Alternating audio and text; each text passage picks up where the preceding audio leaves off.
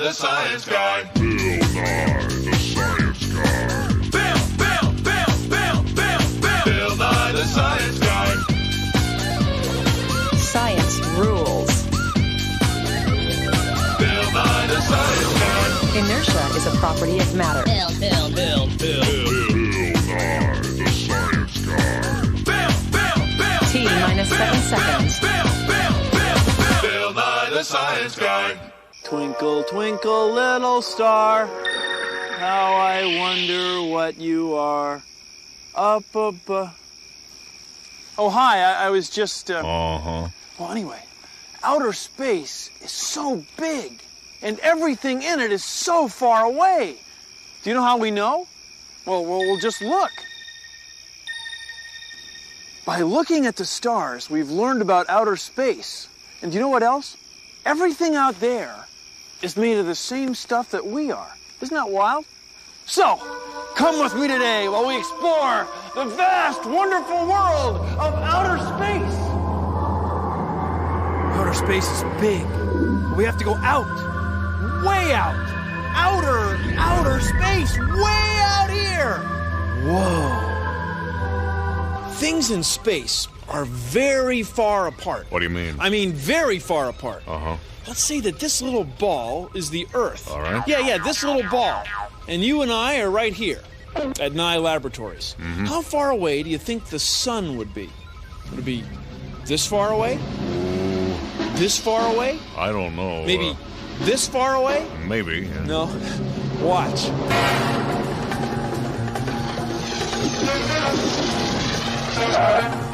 Would be this far away. Whoa. 20 meters.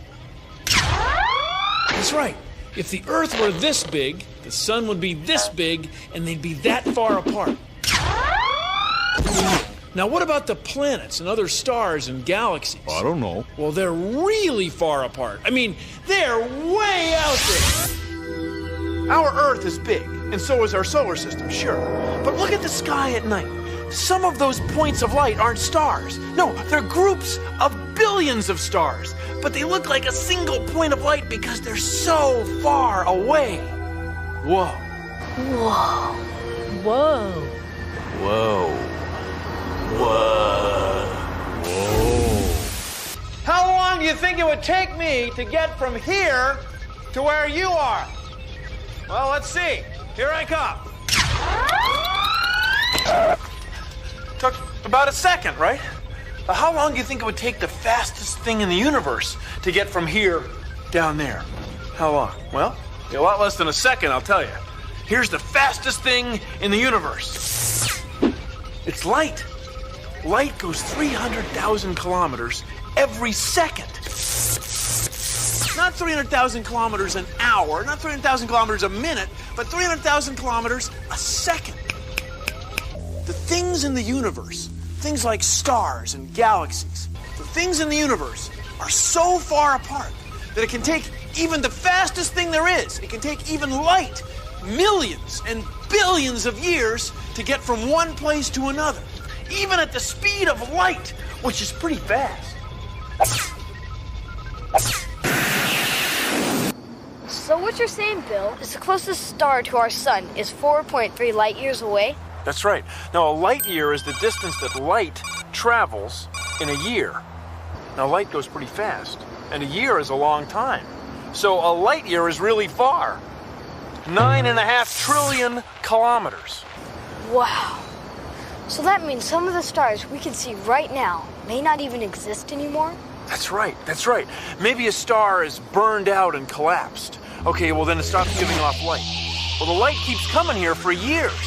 So, in a way, the star doesn't burn out and collapse here until the light stops coming here.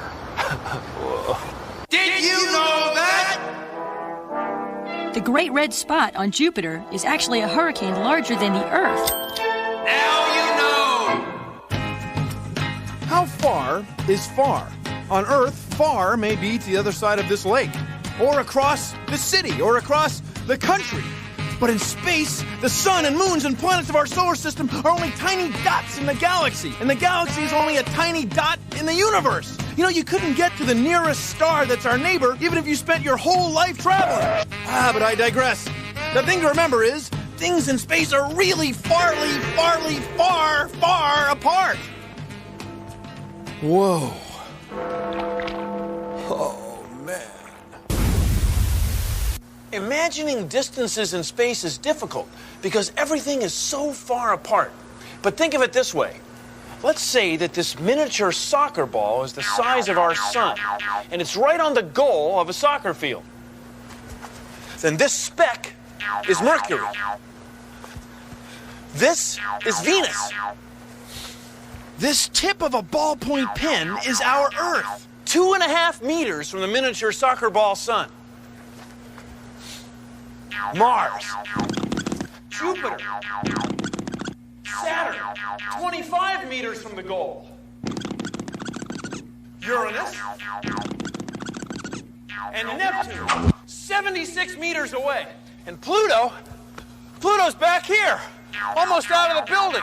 100 meters away. How far do you think it is to the next star? Well, it's not in here.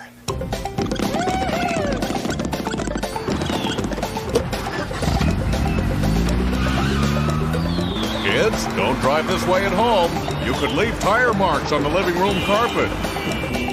Boy, I hope I unplugged the iron. Hope I didn't leave the stove on.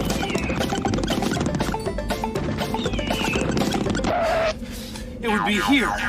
The nearest star would be here. 7 hours of highway driving, about 700 kilometers away. And that's only if you think of the star as being this big. I mean, real stars are huge, enormously huge, Right. enormously, bigly huge. All right, already. Nothing like this. You couldn't get to the nearest star if you traveled your entire lifetime. No way. It's kind of cold out here. Have you ever heard of the Big Dipper? The Big Dipper is a constellation. Now, a constellation is a group of stars that we've given a name to help us find certain stars or recognize them. Now, ancient Greek and Roman astronomers gave all sorts of constellations names, and we still use a lot of those names today, like Orion the Hunter, Cassiopeia the Queen. and the Big Dipper. You know, I don't think the Big Dipper was an ancient Greek or Roman name.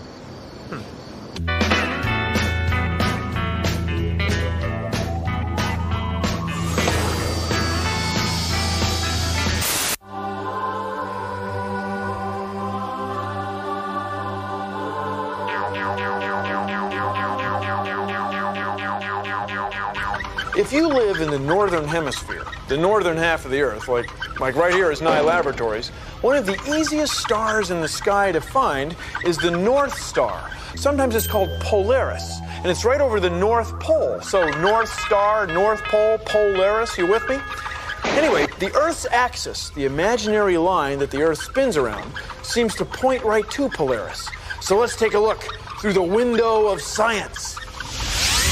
I see Polaris is on the end of the handle of the Little Dipper, and the two stars that form the front of the cup of the Big Dipper make an imaginary line that seems to point right to Polaris. Now get a good look at it, because Polaris won't always be our North Star.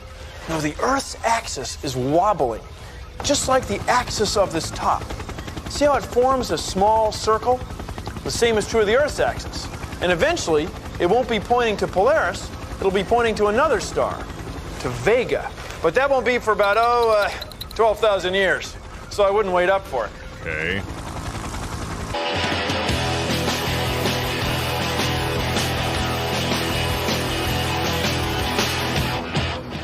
Whoa, dude. This is awesome. Definitely. Awesome. I mean, like all those stars. Dude.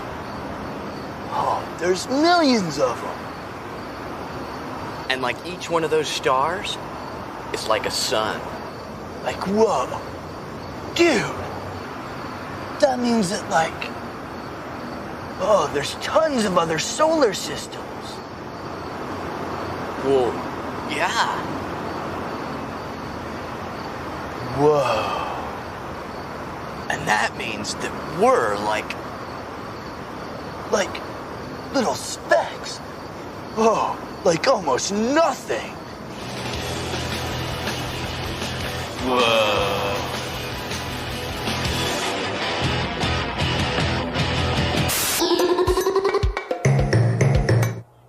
People have always used their eyes to study stars and planets. Sometimes they use astrolabes. You can make one. All you need to do is cut out a piece of cardboard so it looks like this. Then take a protractor and mark off every 10th degree.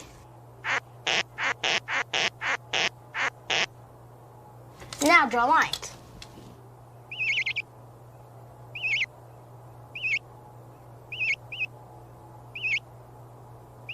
Now label them.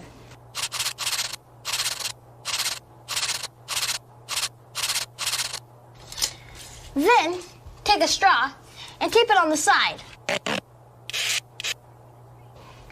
Then take a string that has a washer tied to it and tape it on the other side.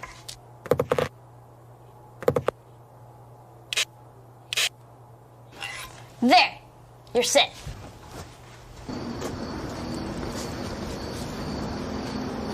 Go outside at night and look through the straw and find a star.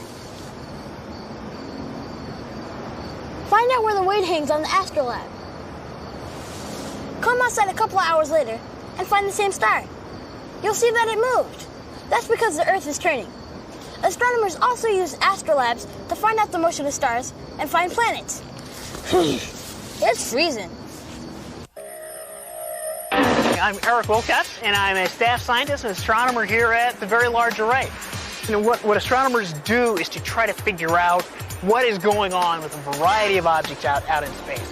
What we have here are basically radio dishes, these big, giant, curved dishes which receive radio waves coming from some object out in outer space. We look at planets like Mars and Jupiter and Saturn. We look at stars. We look at galaxies, like our own Milky Way, but beyond our Milky Way. What we do is, through a variety of computers, is we turn that electronic signal into an image. We can then display that image on our computer screen. So most of the science comes in looking at that screen, looking at the image, and really that's really where we do what astronomers do. The basic idea, and as scientists in general and astronomers in particular, our goal is to understand the universe. Whether or not there is Klingons on the other side of the galaxy, I don't know. Did you know that? 10 tons of meteorites hit the Earth every day. Most are the size of a grain of sand. Now you know. Science. Whoa. About 2,000 years ago, in the town of Alexandria, which is here, near the mouth of the Nile River, what is now Egypt, there was a guy named Eratosthenes. And he was the librarian of the great library of Alexandria.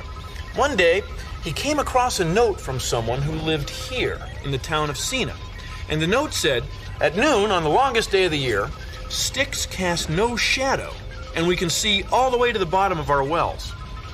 Eratosthenes realized that where he lived, sticks did cast a shadow, and he couldn't see to the bottom of wells. And he got to thinking about it, and he realized, the Earth must be round. Yeah, we must be living on a big ball. That's the only way for there to be no shadow here and a shadow here. So he measured the shadow that the stick cast, and then he paid someone to walk from Alexandria to Sina and keep track of the distance as carefully as he could. Well, that distance turned out to be around 800 kilometers, and the shadow was about a 50th of a circle. So then he multiplied 50 times 800, and he got 40,000 kilometers, and that's the distance around the Earth, what we call the circumference of the Earth. So check this out. This guy made observations of a star, our sun, and he figured out the size of a planet, our Earth. The same kind of observations that you can make. Hey, not bad. فعندها طلب أرسطوطنس من راع كان هناك: يا أخ، امشي إلى سينا وقس المسافة إلى هناك. هل أنت مجنون؟ قال الراعي. المسافة تكشف لي عن حجم العالم، قال أرسطوطنس. ادفع لي بالميل، قال الراعي. وعليه اضطر أرسطوطنس أن يدفع للراعي أجرته مضاعفة، ومضى الراعي في رحلته. إن رجلي متعبتان حتى الموت، قال الراعي. We are at T-minus 4 minutes and counting.